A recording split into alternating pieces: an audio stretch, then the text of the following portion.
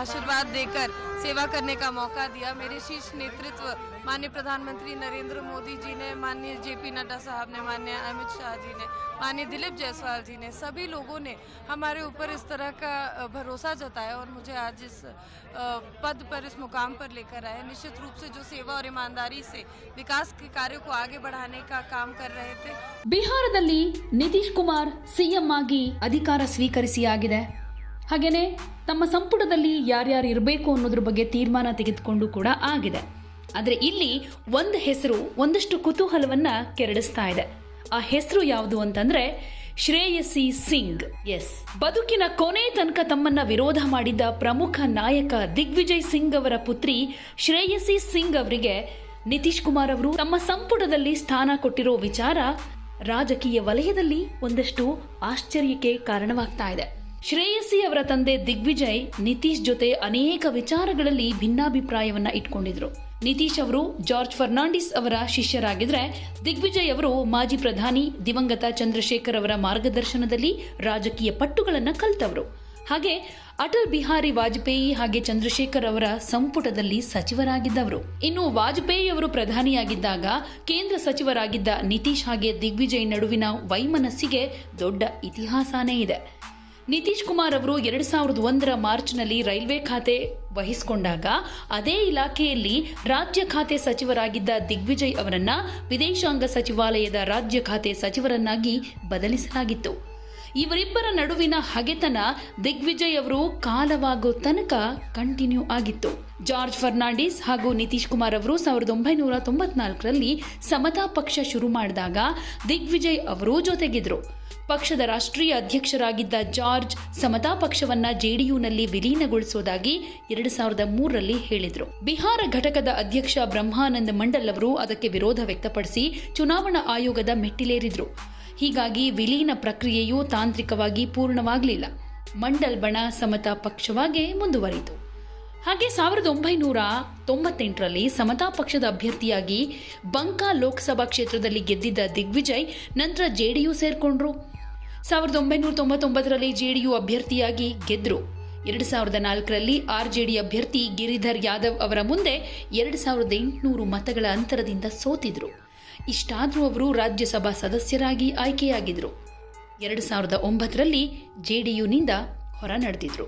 ರಾಜಕೀಯ ಕುಟುಂಬದ ಹಿನ್ನೆಲೆ ಹೊಂದಿರುವಂತಹ ಶ್ರೇಯಸಿ ತಮ್ಮ 29ನೇ ವಯಸ್ಸಿನಲ್ಲೇ ಬಿಜೆಪಿಗೆ ಸೇರೋ ಮೂಲಕ ರಾಜಕೀಯಕ್ಕೆ ಎಂಟ್ರಿ ಕೊಟ್ರು.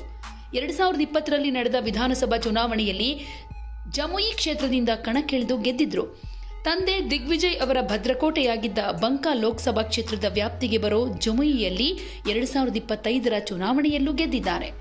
ನಿತೀಶ್ ಜೊತೆಗಿನ ಸಂಬಂಧ ಹಳಸಿದ ಕಾರಣ ದಿಗ್ವಿಜಯ್ 2009ರ ಲೋಕಸಭಾ ಎಲೆಕ್ಷನ್ನಲ್ಲಿ ಪಕ್ಷೇತರರಾಗಿ ಕಣಕ್ಕಿಳಿದು ಗೆದ್ದಿದ್ರು. 2010ರಲ್ಲಿ ದಿಗ್ವಿಜಯ್ ನಿಧನದ ಬಳಿಕ ಅವರ ಪತ್ನಿ ಪುತುಲ್ ಕುಮಾರಿ ಅವರು ಸ್ವತಂತ್ರ ಅಭ್ಯರ್ಥಿಯಾಗಿ ಸ್ಪರ್ಧಿಸಿ ಗೆದ್ದಿದ್ರು. ತಮ್ಮ ತಂದೆಯವರು ಸಮತಾ ಪಕ್ಷದಲ್ಲಿದ್ದ ದಿನಗಳಿಂದ ನಿತೀಶ್ ಅವರಿಂದ ಅಪಮಾನಕ್ಕೊಳಗಾಗಿದ್ರು ಅನ್ನೋದನ್ನ ಗಮನದಲ್ಲಿಟ್ಕೊಂಡಿರೋ ಶ್ರೇಯಸಿ ಕೂಡ ತಾಯಿಯನ್ನ ಅನುಕರಿಸಿದ್ದಾರೆ. ಜೆಡಿಯು ಸೇರಲು ನಿರಾಕರಿಸಿ 2020ರಲ್ಲಿ ಬಿಜೆಪಿ ಸೇರಿರೋ ಅವರು ನಕ್ಸಲ್ ಪೀಡಿತ ಜಮುಯಿಯಲ್ಲಿ ಕಮಲ ಅರಳಿಸಿದ್ದಾರೆ. ಇದನ್ನೆಲ್ಲ ಮರೆತಿರೋ ಅಥವಾ ಮರೆತಂತೆ ಕಾಣ್ತಾ ಇರೋ ನಿತೀಶ್ ಅವರು ಹಗೆತನ ಸಾಧಿಸಿದ್ದ ದಿಗ್ವಿಜಯ್ ಪುತ್ರಿಯನ್ನ ಸಂಪುಟಕ್ಕೆ ಸೇರಿಸಿಕೊಂಡಿದ್ದಾರೆ. ಮುಖ್ಯಮಂತ್ರಿ ನಿತೀಶ್ ಕುಮಾರ್ ಸಂಪುಟದ ಅತ್ಯಂತ ಕಿರಿಯ ಸಚಿವೆ ಅನ್ನಿಸಿಕೊಂಡಿರೋ ಶ್ರೇಯಸಿ ಹಾಗೆ ವಿರೋಧ ಪಕ್ಷದ ಆರ್ಜೆಡಿ ನಾಯಕ ತೇಜಸ್ವಿ ಯಾದವ್ ಅವರು ವಿಧಾನಸಭೆಯಲ್ಲಿ ಮುಖಾಮುಖಿಯಾಗೋ ಅಪರೂಪದ ಸಂದರ್ಭ ಶೀಘ್ರದಲ್ಲೇ ಒದಗಿ ಬರುತ್ತೆ. ಈ ಇಬ್ಬರು ನವದೆಹಲಿಯ RK ಪುರಂನಲ್ಲಿರೋ ದೆಹಲಿ ಪಬ್ಲಿಕ್ ಸ್ಕೂಲ್ನಲ್ಲಿ 2 ದಶಕಗಳ ಹಿಂದೆ ವಿದ್ಯಾರ್ಥಿಗಳಾಗಿದ್ರು. ತೇಜಸ್ವಿ ಅವರು 10ನೇ ತರಗತಿಯನ್ನೇ ಕಂಪ್ಲೀಟ್ ಮಾಡಿಲ್ಲ. ಆದರೆ MBA ಓದ್ಕೊಂಡಿರೋ ಶ್ರೇಯಸಿ 2018ರ ಕಾಮನ್ವೆಲ್ತ್ ಕ್ರೀಡಾಕೂಟದ ಶೂಟಿಂಗ್ ಸ್ಪರ್ಧೆಯಲ್ಲಿ ಚಿನ್ನದ ಪದಕ ಗೆದ್ದಿದ್ದಾರೆ.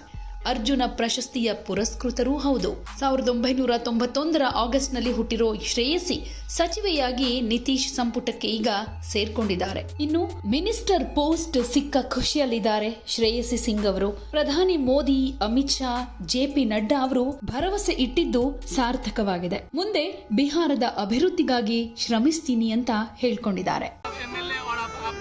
सर्वप्रथम मैं जमुई की जनता को आभार प्रकट करती हूँ, परिवारजनों को आभार प्रकट करती हूँ कि उन्होंने मुझे आशीर्वाद देकर सेवा करने का मौका दिया। मेरे शीर्ष नेतृत्व माननीय प्रधानमंत्री नरेंद्र मोदी जी ने, माननीय जेपी नड्डा साहब ने, माननीय अमित शाह जी ने, माननीय दिलीप जायसवाल जी ने, सभी लोगों ने हमारे ऊपर इस तरह का भरोसा जताया और मुझे आज इस पद पर, इस मुकाम पर लेकर आए। निश्चित रूप से जो सेवा और ईमानदारी से विकास के कार्यों को आगे बढ़ाने का काम कर रहे थे, उसको और आगे ले जाके जमुई से बढ़कर पूरे बिहार के लिए करेंगे।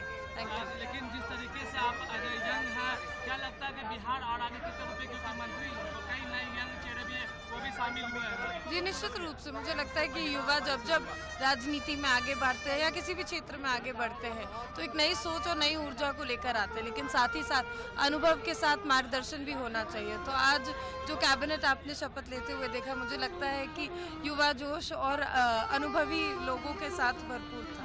अब यूथ का होता है, जिससे यूथ को लगता है कि ऊंचाइयों पर जाएंगे यूथ जिस तरीके से। जी, निश्चित रूप से सिर्फ यूथ क्यों, किसान भी, महिलाएं भी, बिहार को आगे लेकर चलना है।